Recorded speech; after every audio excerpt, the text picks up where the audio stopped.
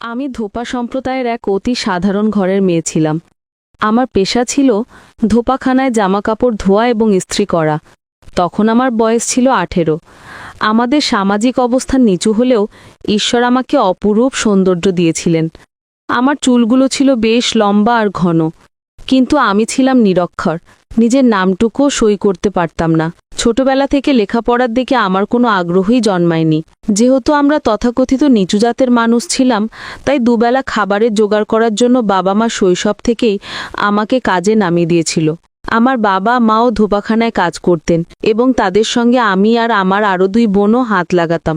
কিন্তু একটু বড় হওয়ার পর আমি নিজের গ্রাম ছেড়ে প্রায় 70 কিলোমিটার দূরে কাকুলি কাকিমা নামের এক মহিলার অধীনে একটা ছোট্ট শহরে কাজ করতে যাই। সত্যি বলতে আমার নিজের গ্রাম ছেড়ে ওই শহরে যাওয়ার কোনো ইচ্ছাই ছিল না, কিন্তু বাবা মা আমাকে বুঝিয়েছিল যে ওই শহরে নাকি অনেক বড় একটা ধোপাখানা আছে এবং সেখানে কাজ পেলে উপার্জনও বেশি হবে। তাই বাবা মায়ের কথা মেনে আমি কাকলি কাকিমার ধোপাখানায় কাজ শুরু করি। সেখানে আমার মতো আরও অনেক মেয়ে বিভিন্ন জায়গা থেকে কাজ করতে এসেছিল। আসলে আমাদের সম্প্রদায়ের বেশিরভাগ ছেলে মেয়েই ধোপাখানার কাজে নিযুক্ত থাকে, আর এ কারণেই আমাদের মধ্যে শিক্ষার আলো সেভাবে পৌঁছায়নি। তবে আমি দেখতে খুবই সুন্দর ছিলাম বলে আমার ভাগ্য হয়তো প্রসন্ন হয়েছিল, কিন্তু তার জন্য আমাকে অনেক কঠিন পরিস্থিতিও মোকাবিলা করতে হয়েছিল। আমি যখন কাকুলি কাকিমার ধোপাখানায় কাজ শুরু করলাম, সেখানে রীতা নামের একটা মেয়ে ছিল যে আমার রূপ দেখে ভীষণ হিংসা করত। বিষয়টা আমি প্রথমে ধরতে পারিনি, অনেক পরে আমার কাছে পরিষ্কার হয়েছিল। কাকুলি কাকিমার ধোপাখানায় যারা কাজ করত তারা অবশ্য আমাকে খুব স্নেহ করত, কারণ আমি স্বভাবগতভাবে খুব শান্ত ছিলাম এবং আমার সুন্দর চেহারার জন্য সবাই আমাকে ভালোবাসত। আমি সকলের কথাই মেনে চলতাম। অন্যদিকে কাকুলি কাকিমা ছিলেন বেশ কড়া মেজাজের। কাজে সামান্যতম ভুল হলেই তিনি আমাকে বকাঝাকা করতেন, কিন্তু তার মনটা ছিল খুব নরম। কারণ যখনই আমার মন খারাপ করত আর আমি বাড়ি যেতে চাইতাম, কাকুলি কাকিমা কখনো আমাকে বাধা দিতেন না। এভাবেই ধোপাখানায় আমার দিনগুলো বেশ ভালোই কেটে যাচ্ছিল। এর মধ্যে রীতার সঙ্গে আমার খুব ভালো বন্ধুত্ব গড়ে উঠেছিল। রীতা তার মনের সব কথা আমাকে বলতো আর আমিও আমার সব গোপন কথা তাকে জানাতাম। একদিন আমি আর রীতা একসঙ্গে ঘাটে বসে কাপড় কাচছিলাম। ঠিক সেই সময় খুব সুদর্শন এক যুবক মোটর সাইকেল নিয়ে ঘাটের সামনে এসে থামল। তারপর সে বাইক থেকে নেমে আমার দিকে তাকিয়ে ইশারে আমাকে ডাকলো। ছেলেটা যখন প্রথমবার আমাকে ইশারায় কাছে যেতে বলল, আমি বেশ ভয় পেয়ে গিয়েছিলাম, কারণ ওই ঘাটে বাইরের কোনো ছেলে বা মেয়ের আসা যাওয়া ছিল না। সেখানে কেবল কাকুলি কাকিমার কর্মচারীরাই থাকতো। ওই যুবককে আমি সেদিনই ঘাটে প্রথম দেখেছিলাম। সে যখন আমাকে ডাকলো, আমি খুব ভয়ে ভয়ে তার কাছে এগিয়ে গেলাম। ছেলেটি তখন তার গায়ের শার্টটা খুলে আমার হাতে দিয়ে বলল, এই জামাটা আমাকে কালকের মধ্যে পরিষ্কার করে দেবে। আমি তখন ছেলেটাকে জিজ্ঞাসা করলাম, বাবু, আপনি কি আমাকেই ডাকছিলেন? আর আপনি এই ঘাটে কেন এসেছেন? এখানে তো শুধু তারাই আসে যারা কাকুলি কাকিমার অধীনে কাজ করে। ছেলেটা আমার কথা শুনে হেসে ফেলে বলল, কাকুলি আমার মায়ের নাম। আমি রাঁচি থেকে কালকেই বাড়ি ফিরেছি। আমার এই শার্টটা একটা বিশ্রী দাগ লেগে গেছে, তাই মা আমাকে এখানে পাঠিয়েছে। মা বলল তোমরা নাকি খুব ভালোভাবে জামা কাপড় পরিষ্কার করো, তাই আমার শার্টটা ভালোভাবে পরিষ্কার করে দিও। ছেলেটি আমার দিকে মিষ্টি হেসে বলল, তোমাকে একটা কথা বলবো? তুমি তো দেখতে ভীষণ সুন্দর। তুমি এখানে কেন কাজ করো? তুমি লেখাপড়া করো না? আমি তখন ছেলেটিকে বললাম, বাবু, আমরা পড়াশোনা করে কি করব? আমাদের সেই সামর্থ্য নেই যে আমরা পড়াশোনা চালিয়ে যাব, তাই আমাদের পড়াশোনার কথা বলে কোনো লাভ নেই, এটাই আমাদের পেশা। ছেলেটি তখন মুচকি হেসে বলল, তুমি অশিক্ষিত হলেও এতটাই সুন্দরী যে তোমার চেহারা দেখে যে কেউ তোমার প্রেমে পড়ে যাবে। আর আমার নাম হচ্ছে রোহান, নামটা মনে রেখো, কারণ আমি এখন থেকেও প্রায়ই এখানে আসব আমার জামা কাপড় পরিষ্কার করতে দেওয়ার জন্য। আর কালকে আমার এই জামাটা পরিষ্কার করে আমার বাড়িতে দিয়ে আসবে। এই কথা বলে সে সেখান থেকে চলে গেল। জানি না কেন ছেলেটির মুখ থেকে নিজের প্রশংসা শুনে আমার মনে খুব আনন্দ হয়েছিল। পরের দিন সকালে রোহানের জামাটা সুন্দর করে পরিষ্কার করে যখন আমি কাকুলি কাকিমার বাড়ি গেলাম, তখন দেখলাম ছেলেটির শরীর ঠিক রাখার জন্য ব্যায়াম করছে। সে আমাকে দেখা মাত্রই তাড়াতাড়ি উঠে আমার কাছে এসে বলল, আরে বাহ, তুমি আমার জামা নিয়ে এসেছো? তারপর সে জামাটা খুলে দেখে খুব খুশি হয়ে হঠাৎ করে আমার হাত দুটো ধরে বলল, অনেক ধন্যবাদ আমার জামাটা এত সুন্দরভাবে পরিষ্কার করার জন্য। আমার হাত দুটো ধরে সে আরও বলল, তুমি তো সারাদিন কাপড় কাচো, তা সত্ত্বেও তোমার হাত দুটো কত নরম। আমি তো লজ্জার সঙ্গে সঙ্গে নিজের হাত রোহানের হাত থেকে ছাড়িয়ে নিয়েছিলাম। তার মুখের হাবভাব আর কথা বলার ভঙ্গি দেখে আমি স্পষ্ট বুঝতে পারছিলাম যে রোহান আমার সঙ্গে প্রেমের অভিনয় করছিল। আমি ওই সব থেকে নিজেকে দূরে রাখতে চাইছিলাম, কারণ সে ছিল উচ্চশিক্ষিত আর আমি নিরক্ষর। তার সঙ্গে আমার কোনোভাবেই মেলবন্ধন সম্ভব ছিল না। তাছাড়া তারা ছিল অনেক ধনী আর আমি এক নিচু সম্প্রদায়ের সাধারণ মেয়ে। এসব যদি কাকুলি কাকিমা কোনোভাবে জানতে পারেন, তাহলে তিনি আমাকে তার এত বড় ধোপাখানা থেকে ঘাড় ধাক্কা দিয়ে বের করে দেবেন। এই ভয়ে আমি ওইসব জটিলতায় জড়াতে চাইছিলাম না। তাই আমি রোহানের আর কোনো কথা না শুনে সেখান থেকে দৌড়ে পালিয়ে এসে পড়েছিলাম। আমাদের ধোপাখানা থেকে কাকুলি কাকিমার বাড়ির দূরত্ব ছিল মাত্র 5 মিনিটের। কিন্তু আমিও নিজেকে বেশি দিন আটকে রাখতে পারিনি, কারণ রোহান ধীরে ধীরে আমার আরও কাছে আসার চেষ্টা করতে শুরু করেছিল। সে তো আমাকে দেখার অজুহাতে রোজ ঘাটে চলে আসতো এবং আড়াল থেকে আমাকে দেখত। আমি অনেক দিন তাকে এড়িয়ে চলার চেষ্টা করেছিলাম, কিন্তু শেষ পর্যন্ত পারিনি। সে আমাকে তার ভালোবাসার জালে জড়িয়ে ফেলেছিল এবং বলেছিল যে সে আমাকে অনেক সুখে রাখবে। আমি তাকে অনেক বোঝানোর চেষ্টা করেছিলাম যে তার সঙ্গে আমার বিন্দুমাত্র মিল নেই। আমি দেখতে সুন্দরী হলেও অশিক্ষিত এবং তার মা কোনো দিনও আমাদের এই সম্পর্ক মেনে নেবেন না। কিন্তু রোহান আমার কোনো কথাই শুনতে রাজি ছিল না। সে আমার ভালোবাসা পাওয়ার জন্য পাগল হয়ে গিয়েছিল।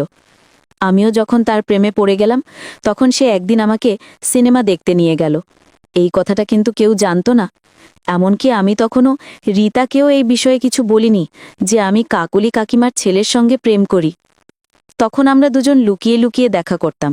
সেদিন আমি যখন রোহানের সঙ্গে দেখা করে ফিরছিলাম, তখন রীতা আমাকে বলল, তোর ব্যাপারে আমি সবকিছু জেনে গেছি। রীতার কথা শুনে আমি খুব ঘাবড়ে গিয়ে বললাম, আমার ব্যাপারে তুই কি জেনেছিস? রীতা তখন বলল, তুই কাকলি কাকিমার ছেলের সঙ্গে রোজ দেখা করিস। রীতা যখন আমার আর রোহানের ব্যাপারে সবকিছু জেনে গিয়েছিল, তখন আমি বাধ্য হয়ে তাকে সব সত্যি কথা নিজের মুখে বললাম। রীতা সবকিছু শোনার পরে খুব রেগে গিয়ে বলল, তুই যা করছিস সেটা অনেক বড় ভুল, কারণ তুই একটা অশিক্ষিত নিচু জাতের মেয়ে, আর ছেলেটা অনেক শিক্ষিত এবং ধনী। সে তোকে আমের আটির মতো চুষে ফেলে দেবে। সেদিন তুই কেঁদেও কুল পাবি না। আমাদের এত ভালো ভাগ্য হয়নি যে আমাদের মতো সাধারণ মেয়েকে কোনো ভালো ঘরের ছেলে পছন্দ করবে। তাই তোকে আগেই সাবধান করে দিচ্ছি, তুই কিন্তু ভুল পথে পা বাড়িয়েছিস।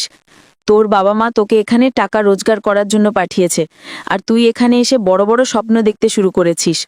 তোর কি মনে হয় একজন শিক্ষিত ধনী আর সুদর্শন ছেলে তোর মতো একটা মূর্খ মেয়েকে কেন বিয়ে করবে? সে তো তোর থেকে অনেক ভালো মেয়ে পেয়ে যাবে। ও তোর সঙ্গে শুধু ভালোবাসার নাটক করছে। তোর সঙ্গে প্রেমের অভিনয় করে তোর শরীরটাকে ভোগ করবে, তারপর তোকে নিজের জীবন থেকে ছুঁড়ে ফেলে দেবে। রীতার সব কথা শোনার পর আমার খুব কষ্ট হয়েছিল, কারণ রীতা যে কথাগুলো বলেছিল সেগুলো যে সত্যি হবে না তা তো জোর দিয়ে বলা যায় না। আর আমি রোহানকে ততদিনে খুব ভালোবাসতে শুরু করেছিলাম। তার টাকা পয়সা দেখে নয়, আমি তাকে মন থেকে ভালোবেসেছিলাম। এবং আমি এটাও ভালোভাবে জানতাম যে কাকুলি কাকিমা আমাদের দুজনের ব্যাপারে জানতে পারলে আমাকে এখান থেকে ঘাড় ধাক্কা দিয়ে বের করে দেবেন। আমি বুঝতে পারছিলাম না যে এবার আমি কি করব। পরের দিন আমি রোহানের সঙ্গে দেখা করে রীতার বলা সব কথা তাকে জানালাম, এবং আমি তাকে এটাও জিজ্ঞেস করেছিলাম যে সে আমার মতো একজন অশিক্ষিত মূর্খ মেয়ে যে কেন পছন্দ করেছে। সে তো আমার থেকে অনেক ভালো মেয়ে পেয়ে যাবে। সেদিন রোহান আমাকে বলেছিল সে নাকি আমার সৌন্দর্য দেখেই আমার প্রেমে পড়েছে, এবং আমি যে অশিক্ষিত তাতে তার কোনো সমস্যা নেই। সে নাকি গ্রামের সহজ সরল মেয়েদের খুব পছন্দ করে, আর এই জন্যই সে শহরে থাকা সত্ত্বেও কোনো শহরের মেয়েকে পছন্দ করেনি। সে আমার সৌন্দর্য আর নম্র স্বভাব দেখেই আমাকে পছন্দ করেছে। তারপর সেদিন রাতেই রোহান আমাকে তার বাড়িতে ডেকেছিল। কাকুলি কাকিমা যেহেতু বেশিরভাগ সময় লন্ড্রিতেই থাকতেন এবং আমাদের কাজকর্মের দেখাশোনা করতেন, তাই তিনি প্রায় সবসময় সেখানেই থাকতেন। রোহানের বাবা অনেক আগেই মারা গিয়েছিলেন, এবং তার বাবার মৃত্যুর পর থেকেই এই ব্যবসাটা তার মা এক হাতে সামলাচ্ছেন। যেদিন থেকে রীতা আমাদের সম্পর্কের ব্যাপারে সবকিছু জানতে পেরেছিল, সেই দিন থেকে আমি রোহানের সঙ্গে দেখা করার পর সবকিছু এসে রীতাকে বলতাম। জানি না কেন তখন সে আমাকে একটাই কথা বলতো যে এই সব কথা আমাকে শুনিয়ে কী লাভ, তোর প্রেমের কথা তুই নিজের কাছেই রাখ। সেদিন রাতে আমি যখন রোহানের বাড়িতে গিয়েছিলাম, তাদের বাড়ির পিছন দিক দিয়ে আমি রোহানের ঘরে ঢুকেছিলাম। আসলে রোহান আমাকে আগে থেকেই বলে রেখেছিল বাড়ির পিছনের দরজা দিয়ে তার ঘরে আসতে। সেই দিন আমি যখন তার ঘরে গেলাম, সে আমাকে অনেক আদর করেছিল এবং আমাদের দুজনের মধ্যে এক গভীর সম্পর্ক তৈরি হয়েছিল। তখন আমিও আবেগের বশে তার শরীরের স্পর্শ পেয়ে সবকিছু ভুলে গিয়ে নিজেকে তার কাছে সম্পূর্ণভাবে সঁপে দিয়েছিলাম। সেই দিন আমি বুঝতে পেরেছিলাম ভালোবাসা কি আর আদর কি। রোহান যে আমাকে আদর করেছিল সেই কথাগুলো আমি এসে রিতাকে বলেছিলাম। সে তখন খুব রেগে গিয়ে আমাকে বলেছিল, তোর লজ্জা করে না বিয়ের আগেই একটা ছেলের স্পর্শ নিতে? রিতা তো বিশ্বাসই করতে চাইছিল না যে রোহান সত্যি আমাকে ভালোবাসে। পরের দিন বিকেলে যখন রোহান আমার সঙ্গে দেখা করতে এসেছিল, তখন সে আমাকে জিজ্ঞেস করল, তোমার সঙ্গে যে বান্ধবীটা থাকে তার নাম কি? আমি তখন বললাম, তার নাম রিতা। রোহান তখন বলল, রিতা নাকি তার জন্য গাজরের হালুয়া নিয়ে গিয়েছিল। আমিই রিতাকে বলেছিলাম যে রোহান গাজরের হালুয়া খুব ভালোবাসে। রোহান আরও বলল যে মিতা নাকি তার জন্য গাজরের হালুয়া নিয়ে গিয়েছিল। আমি তো এটাই বুঝতে পারছিলাম না, সে তো আমাদের দুজনের ভালোবাসা মেনে নিতে পারেনি, তাহলে সে রোহানের জন্য গাজরের হালুয়া কেন নিয়ে গেল? এমনকি রোহান তো এটাই ভেবেছিল যে আমি হয়তো নিজের হাতে রান্না করে রিতার হাত দিয়ে পাঠিয়েছি, তাই সে খুব আনন্দের সঙ্গে গাজরের হালুয়াটা খেয়েছিল। কিন্তু হালুয়াটা খাবার পরই রোহান জানতে পেরেছিল যে ওটা রিতা নিজের হাতে রান্না করে তার জন্য নিয়ে এসেছে। আমি আর রিতাকে এই ব্যাপারে জিজ্ঞেস করিনি যে সে কেন রোহানের জন্য গাজরের হালুয়া নিয়ে গেছিল।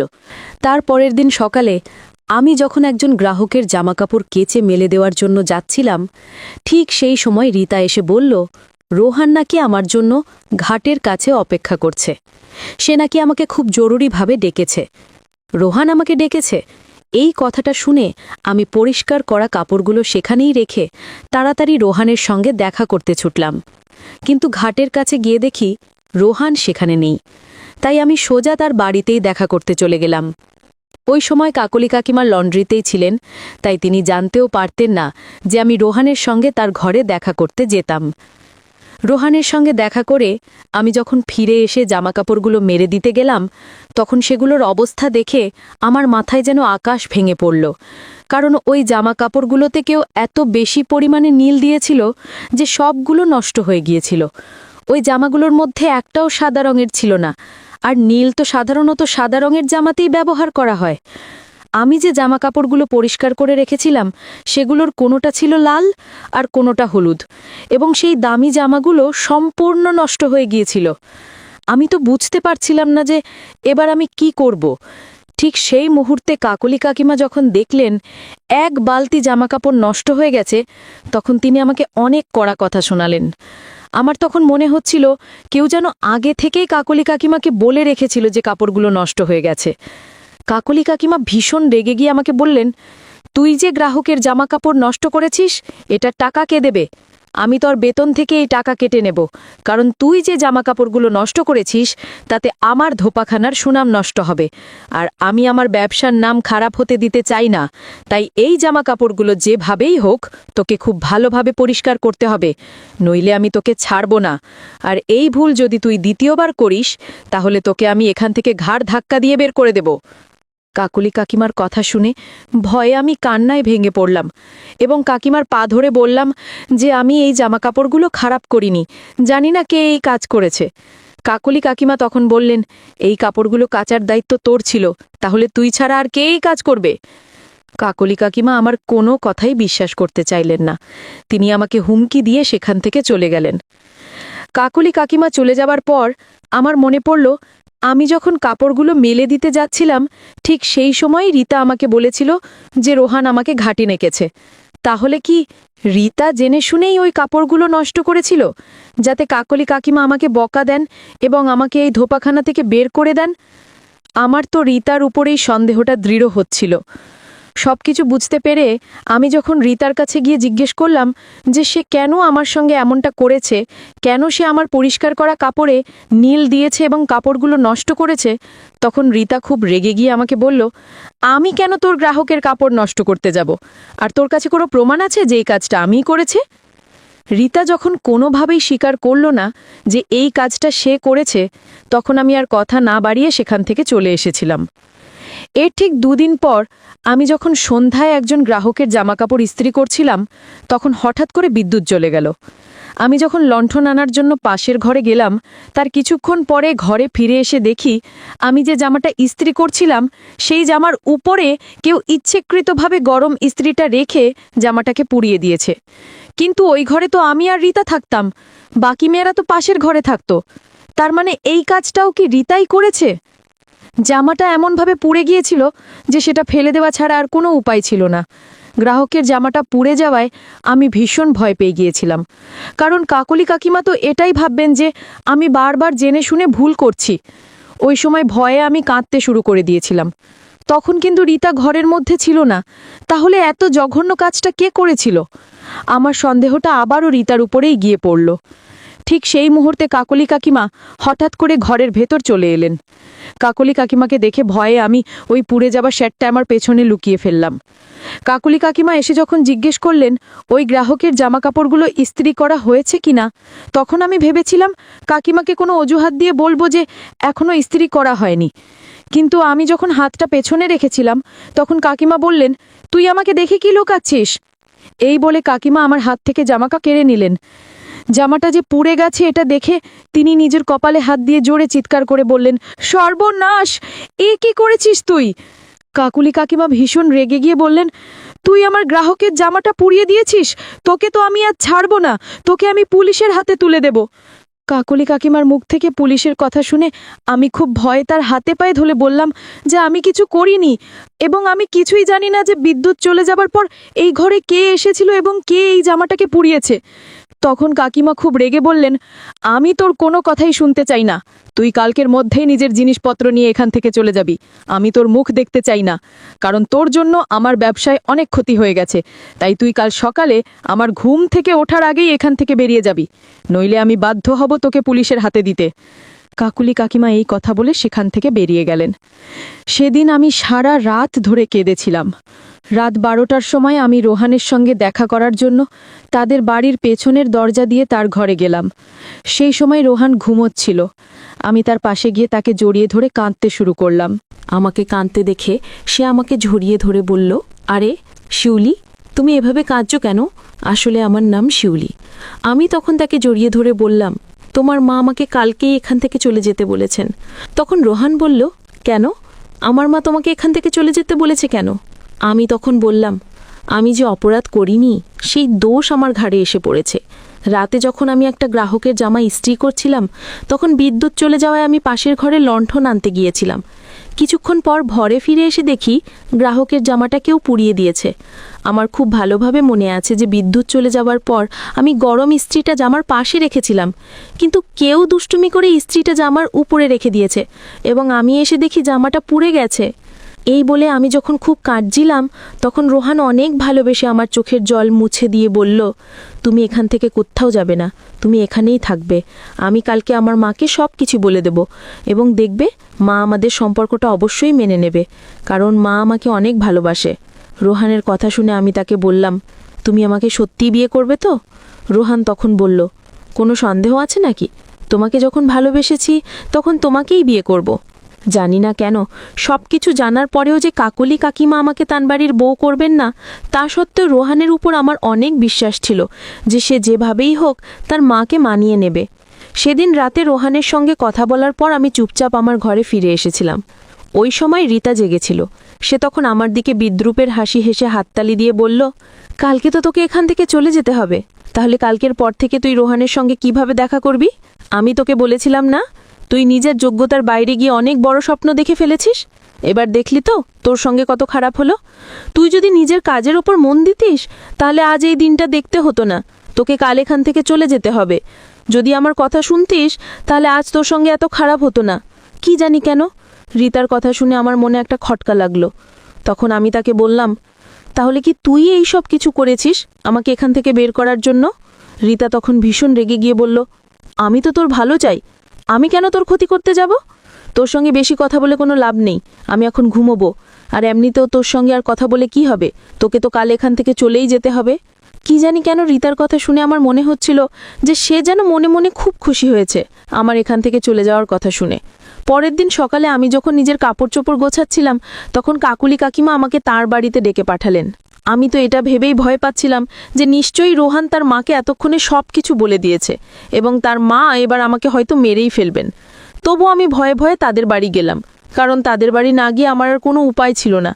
আমি তো সেখান থেকে চুপচাপ পালিয়েও যেতে পারতাম না। তাই আমি ভয়ে ভয়ে রোহানের বাড়ি গেলাম কাকুলি কাকিমার সঙ্গে দেখা করতে। আমি যখন তাদের বাড়ি পৌঁছালাম, তখন কাকিমা আর রোহান একসঙ্গেই দাঁড়িয়েছিল। আমি কাকিমাকে দেখে ভয়ে মাথা নিচু করে চুপচাপ দাঁড়িয়ে রইলাম। তখন কাকিমা বললেন, ভূতের ওটো বাইরে দাঁড়িয়ে আছিস কেন? ঘরের ভেতরে চলে আয়। আমি তো এত বেশি ঘাবড়ে গিয়েছিলাম যে আমার শরীর থেকে অনবরত ঘাম ঝরছিল এবং আমি কাকুলি কাকিমার সামনে চুপচাপ মাথা নিচু করেই দাঁড়িয়েছিলাম। সেখানে রোহানও দাঁড়িয়েছিল, কিন্তু আমার তার দিকে তাকানোর বিন্দুমাত্র সাহস হচ্ছিল না। তারপর কাকিমা বললেন, তুই একটা অশিক্ষিত মূর্খ মেয়ে হয়ে আমার ছেলেকে ভালোবেসেছিস।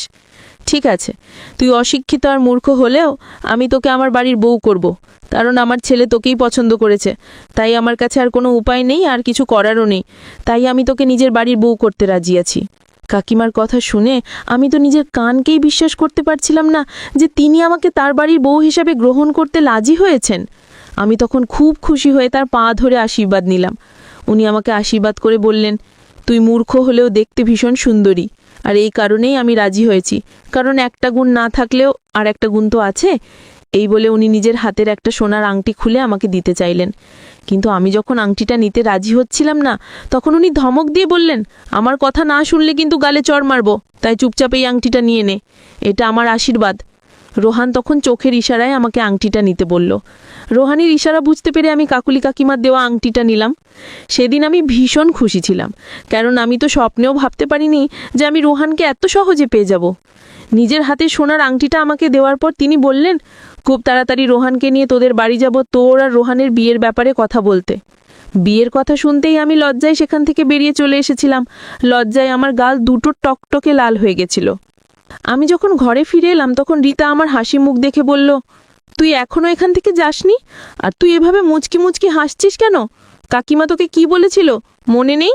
রীতার কথা শুনে আমি খুব আনন্দের সঙ্গে তাকে বললাম, আমার আর এখান থেকে যাওয়ার কোনো দরকার নেই, আমি তো এখানকার মালকিন হতে চলেছি। রীতা তখন ভীষণ রেগে গিয়ে আমার দিকে এগিয়ে এসে বলল, কী সব আজে বাজে কথা বলছিস? তোর মাথা ঠিক আছে তো? কালকের কথাটা ভুলে গেছিস নাকি? আমি তখন রীতাকে বললাম, আমি কিছুই ভুলিনি, আমার সব কিছু মনে আছে। আসলে কাকলি কাকিমা আমাকে ডেকেছিলেন, আর উনি রোহান আর আমার সম্পর্কটা মেনে নিয়েছেন। কাকলি কাকিমা যে আমাদের সম্পর্কটা মেনে নিয়েছেন, এই কথাটা শুনতে রীতা খুব রেগে আমার দিকে বড় বড় চোখ করে বলল, কাকিমা তোদের সম্পর্কটা মেনে নিয়েছে? এটা হতেই পারে না। আমি তোটা এখান থেকে বের করার জন্য কত ষড়যন্ত্র করলাম, আর কাকিমা এত সহজে তোদের সম্পর্কটা মেনে নিল? আমি এটা হতে দেব না। রীতার মুখ থেকে এসব কথা শুনে আমার পায়ের তলার মাটি যেন সরে গেল। তার মানে আমার সন্দেহটা একদম ঠিক ছিল। আমি তখন রীতাকে বললাম, তার মানে তুই আমাকে এখান থেকে বের করার জন্য এসব করেছিস?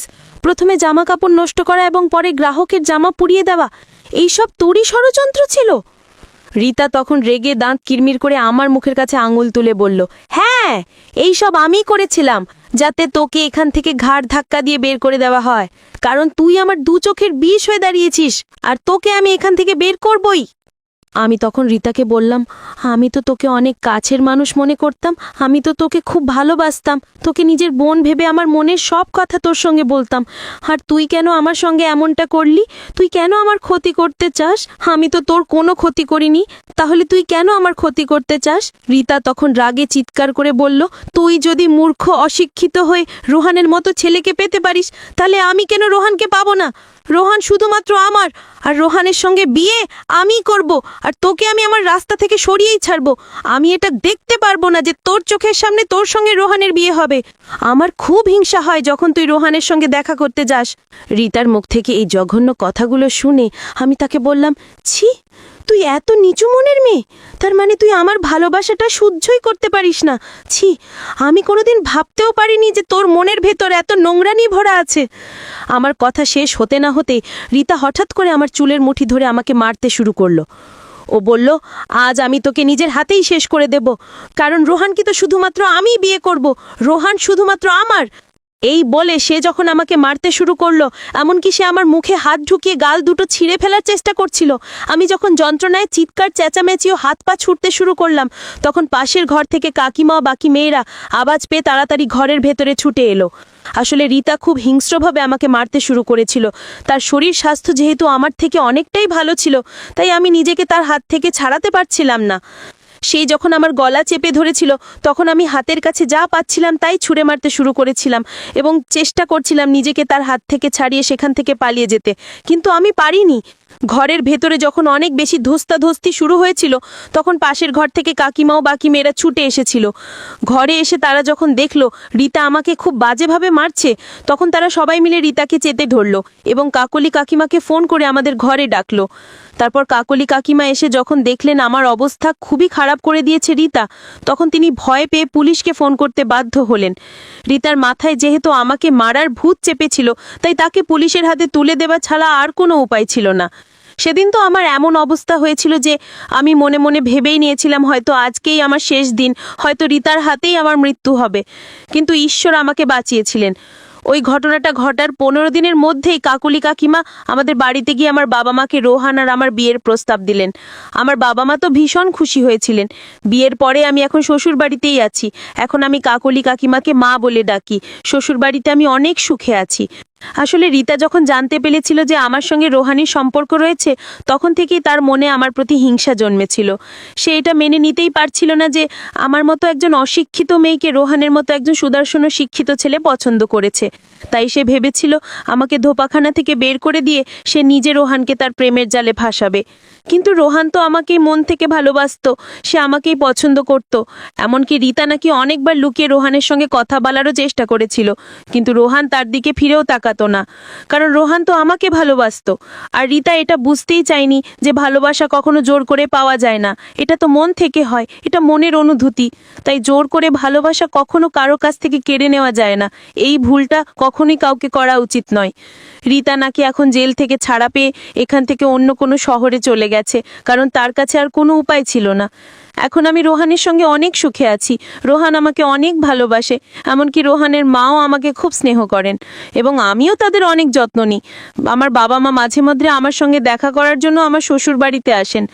আমি তো কোনোদিন স্বপ্নেও ভাবিনি যে রোহানের মতো এত ভালো একজন ছেলে আমার ভাগ্যে জুটবে এবং আমি এত ভালো একজন শাশুড়ি পাবো। এই জন্যেই বলে ভালোবাসা কখনো কেড়ে নেওয়া যায় না, ভালোবাসা তো ভালোবাসা দিয়েই জয় করতে হয়। বন্ধুরা, আজকের গল্পটি এখানেই শেষ করছি। গল্পে কোনো ভুল ত্রুটি থাকলে ক্ষমা করে দেবেন। গল্পটি ভালো লাগলে অবশ্যই লাইক, শেয়ার এবং সাবস্ক্রাইব করতে ভুলবেন না। ধন্যবাদ।